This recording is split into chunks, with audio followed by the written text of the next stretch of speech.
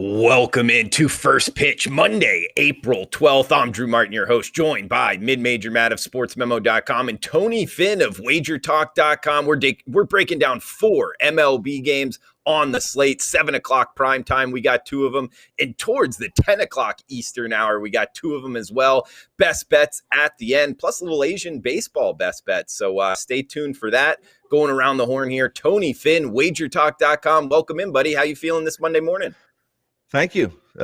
You know my mantra. So I woke up. It's a good day. It's a Monday morning. It's been about 90 degrees, 85 degrees here in Sin City. I'm ready for summer.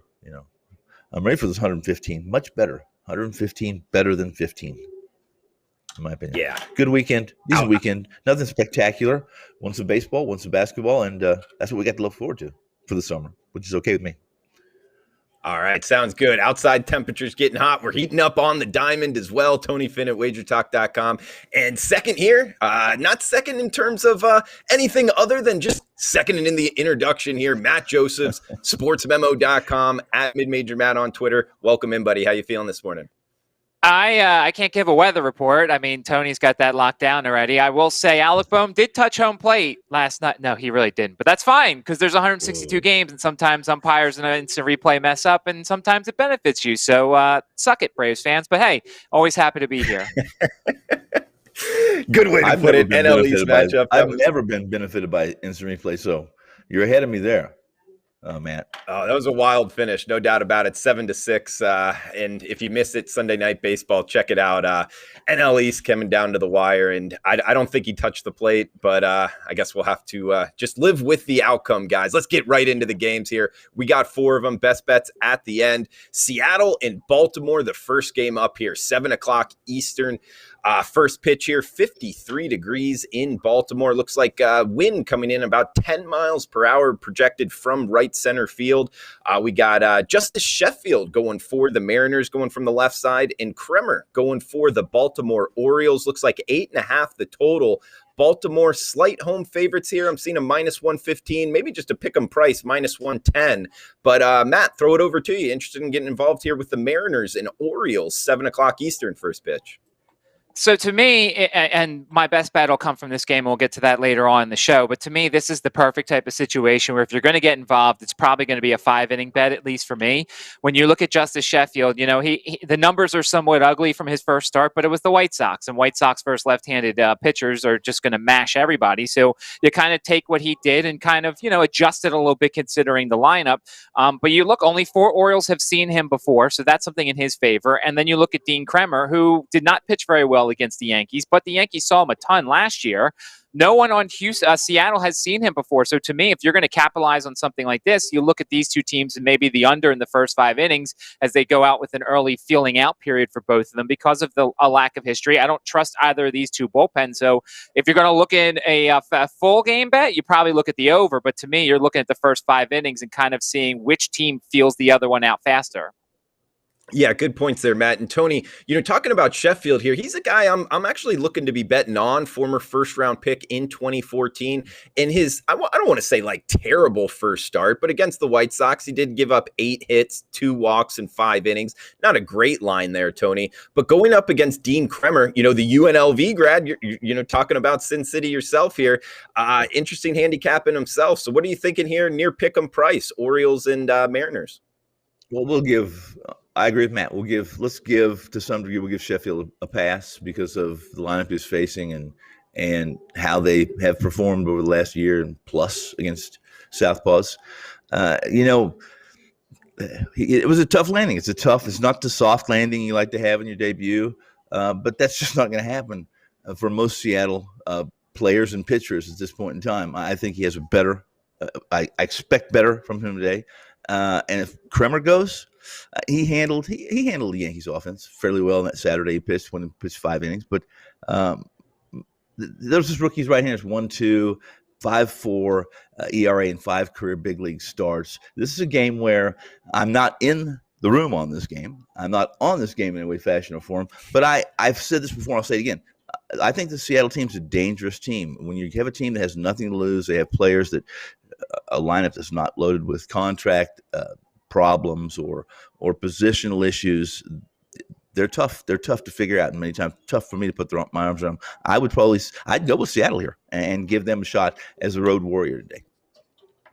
All right, Tony, coming back to you with the NL East matchup here. Next game up, guys, 7:10 Eastern. Looks like 50 degrees, light wind in New York. We got Philadelphia Phillies at the New York Mets. Anderson and Peterson. Peterson coming from the left side here, commanding about a -145 price tag, 8.5 the total. Tony, one interesting note here. We get the Sunday night baseball fade opportunity with the Phillies being the road team in Sunday night baseball, now being the road team, 7 o'clock start here on Monday. Over the last couple years, that has been a good fade opportunity here to bet against the Phillies type of profile here, Sunday night baseball fade. I don't know. Do you think that comes into a factor here, Tony? And what are you thinking Phillies and Mets?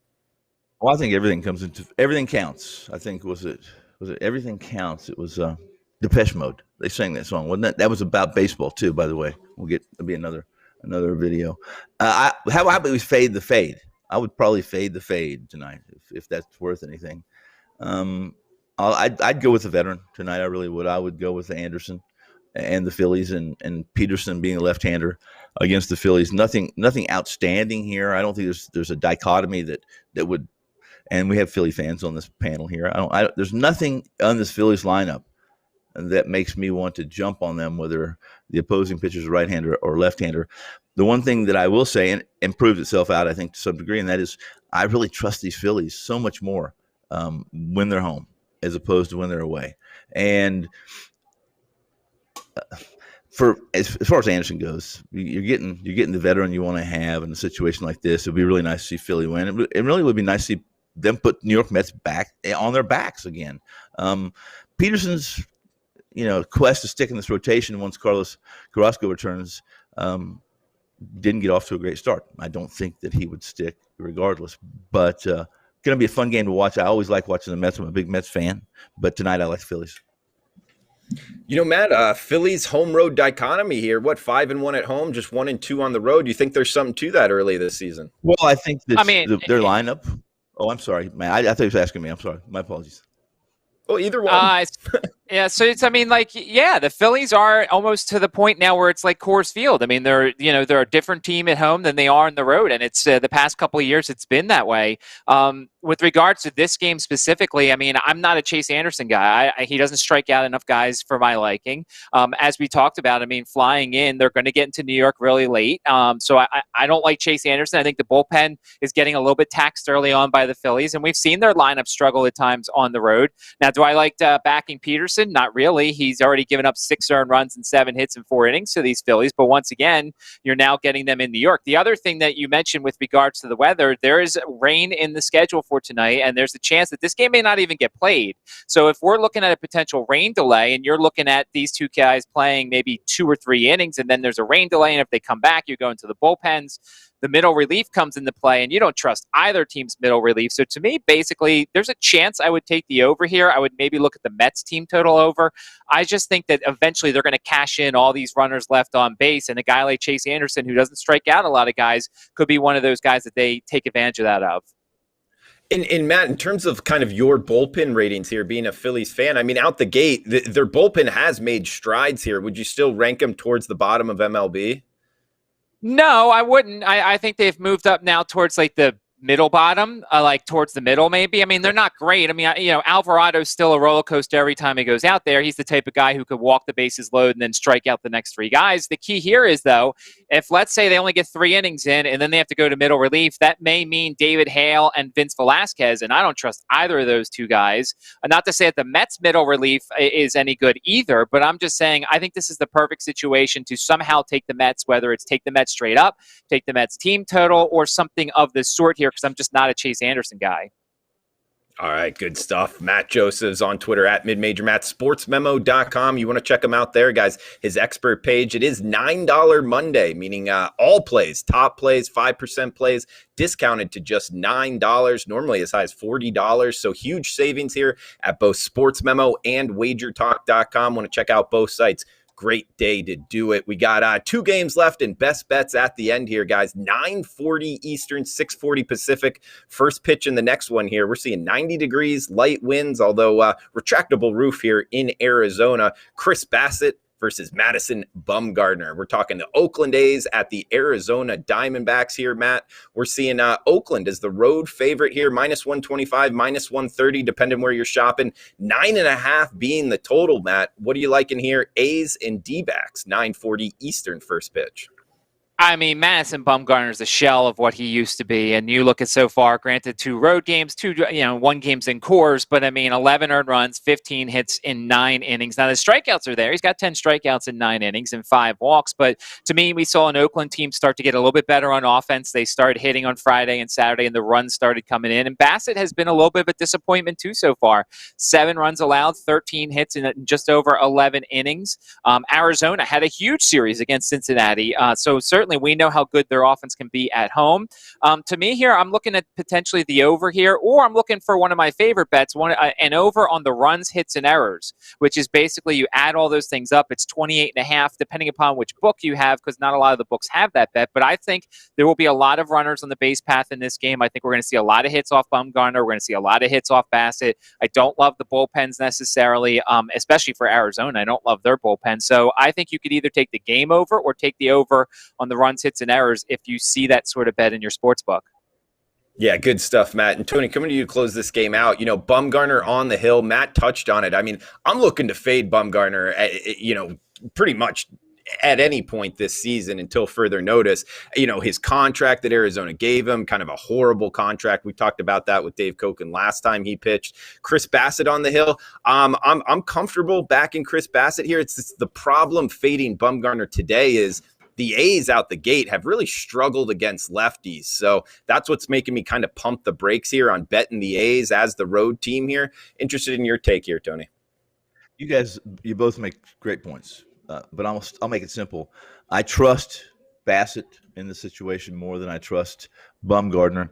They both have pitched. Listen, Bumgarner's taking his 3rd start. You would think a veteran like Mad Bum would make some adjustments, maybe show some improvement. And I think he will against an Oakland team that struggled against left-handers, as you just mentioned. Here's the deal. Both pitchers are in more favorable situations than they were their last time out. Bumgarner's not in Coors Field. Pardon me. And Bassett's pitching against a team I still think is offensively challenged. I'm getting something in my throat here. And it's kind of opposed to Matt here. When I saw the 9.5, in these 2 situations, not that I would put the mortgage on it, but I would probably lean to the under. It would help if we knew who the umpire was. We won't know that until probably 2 or 3 hours before the game. But my lean would be Oakland, both of you guys, and the under 9.5. All right, good stuff, Tony Finn. Check him out, WagerTalk.com. We got one more game, guys. This is the nightcap, nationally televised, at least on MLB Network. Should be a good amount of tickets written here, Tony. 55 degrees, looks like wind blowing out towards left center at 10 miles per hour. We're talking the San Francisco Giants hosting the Cincinnati Reds. The Reds putting Wade Miley on the hill, the lefty here, Tony, catching a plus 105 price tag. And Sanchez going for the San Francisco Giants. I'm seeing them minus 120, minus 125 here. Interesting handicap, the nightcap. Last game on the board, Tony. Which way would you go for kind of the quote unquote degenerate special here? Yeah, well, this is a pretty interesting matchup. I would lean right before I get to my couple sentences of analysis here.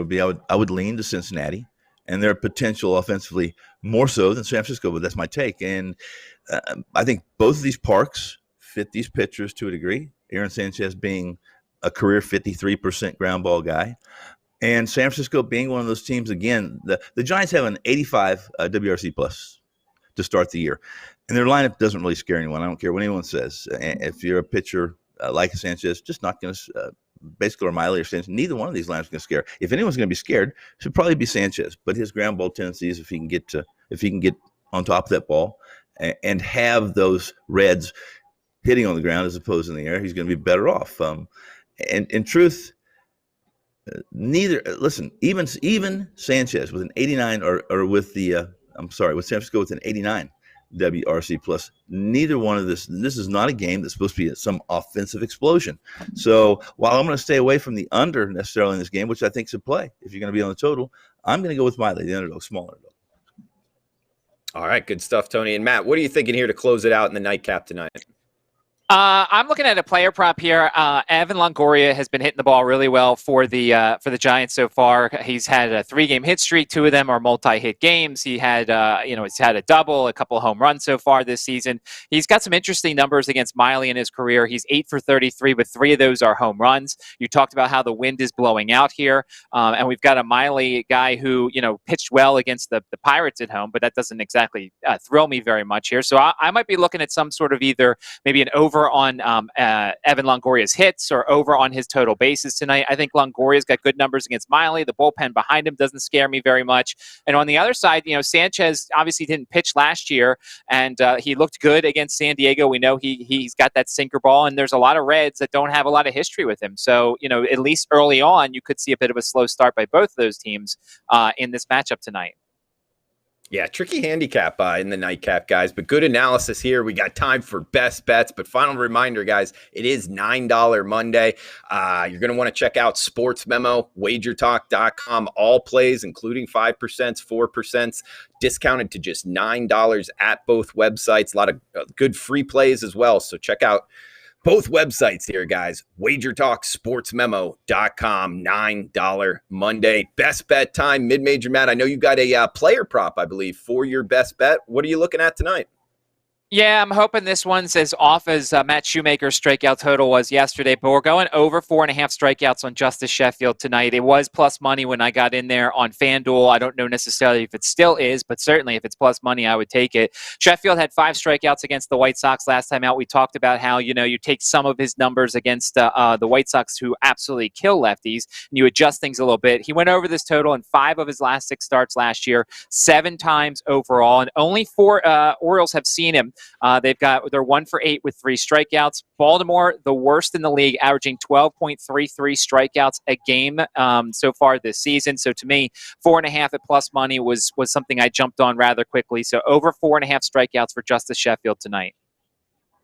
Matt, I like it a lot. Former first rounder here. He's got really good stuff. I like the way that you're going after. His first opponent was the White Sox that smash lefties. Now he's kind of obviously a different opponent here. He is on the road, but overall, Matt, some people out there more used to sides and totals here. Where would you kind of point them? Which sports books actually offer this type of bet?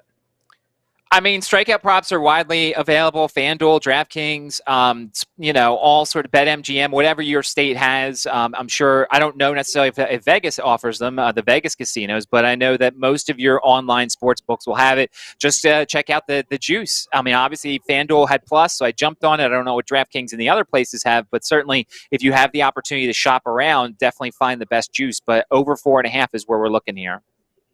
All right, Justice Sheffield over 4.5 for his strikeout prop tonight. Check out Mid-Major Matt on Twitter at Mid-Major Matt, sportsmemo.com. $9 Monday plays are up there. We got Tony Finn, WagerTalk.com. Tony, where are you going for best bets tonight, buddy? The Indians, they get to, not going to the Indians, but I'm starting with them, and they get to finally, fill out the rotation night after the first 8 games without needing a 5th starter. They've announced, or I think we all had a lean, that Tristan McKenzie would be that 5th starter over Quantrill. He's announced he will start, and I think he's in a tough position. I mean, he's only pitched in 1 game so far this year, and that was a 2-inning stint where he had command issues, and has missed 2 years without pitching because any game at any level really due to his injuries. He came back to the innings last season, threw about 33 plus innings, but they're going to be careful with this kid, first and foremost. And I think they should be, especially with a lineup like the Chicago White Sox, who's capable, much more capable than the Indians. They're going to go against Rodon, who looked pretty good. I mean, if you look at his velocity, look at his locations, this is a guy that in his first start had 19 swings and misses, topped out at about 98, 99 miles an hour. And Cleveland, as an offense, is one of the least scary units in all of baseball. I thought this was a really good price tonight on Chicago and Rondon at about $1.30 is probably what the consensus would be. But take the White Sox and expect a victory by margin. All right, guys, we'll recap the best bets. I'll give out mine. Right on the other side, we got a special Asian baseball best bet here from Tokyo Brandon. So that'll take 20 to 30 seconds, guys. Check it out right now.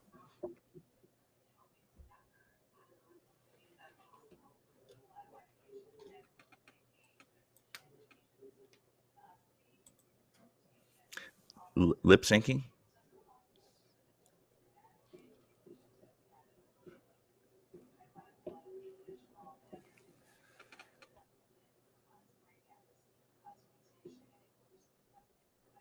The other team. So in this game, if the numbers come out, if it's 6.5 or 7, we're taking the under. Or if you can get a first 5 innings 3.5 under bet, take that too. We're going with the under. Good luck with your bets, guys, and I'll be back with more. Thanks a lot.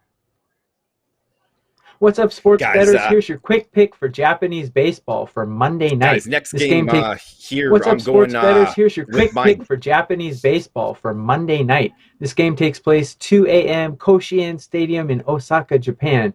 The Hiroshima Carp are traveling to face the Hanshin Tigers.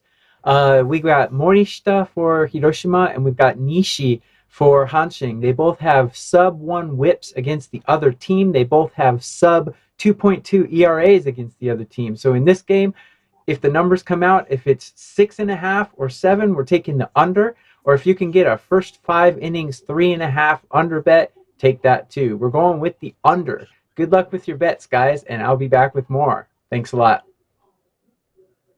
Sorry for the technical difficulties on the sound, guys, but we did get it out there. I heard it from Tokyo Brandon. He's a scout over there. He really knows it, and he's been winning it as well. So check him out, WagerTalk.com, $9 Monday as well, guys. I'll finish it off here. Best bets, and we got the recap as well. So if you missed any, no worries there. We got Detroit and Houston going at it. Casey Mize and Zach Greinke, 2 righties, and that's where I'm going for my best bet, guys. On the big underdog here, plus 195 in the first 5 on the Detroit Tigers, guys. Got to risk 100 if they do win. If they're up at the end of the first 5 innings, we win 195 on the kickback. Casey Mize, the former first rounder. These are actually both 2 former first rounders. The only difference is Greinke in 2002, Casey Mize, a lot younger, 2018, out of Auburn. In his first start, 4 innings, 4 Ks, 1 earned run. He's never faced Houston, which, first time through the lineup here, guys, I think that really does favor the pitcher, which is Mize here. Whereas Greinke, been in the league forever. We've seen him. The velocity is down.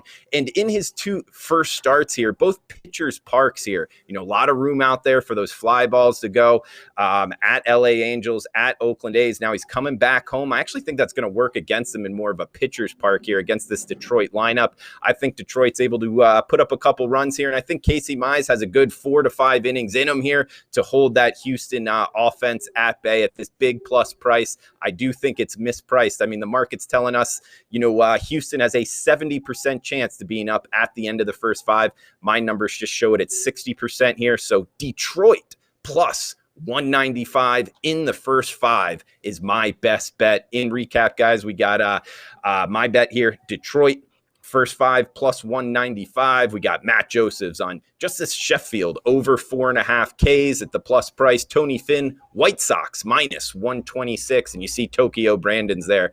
First 5 innings under 3.5. And the Carp Tigers under 7 or 6.5, because these numbers have been moving. For Matt Josephs, Tony Finn, I am Drew Martin. Great show, guys. Quick to the point. Hopefully these best bets come in for us. Huge shout out to the chat box. Everybody chiming in. Jessica and company, we really appreciate you joining us live. Please smash the like button on your way out. And if you're watching on replay, that's cool too. Feel free to leave a comment below. And we do appreciate all the likes. So for Tony, Matt, I'm Drew. Thanks for tuning in, guys. We'll be back same time, same place tomorrow.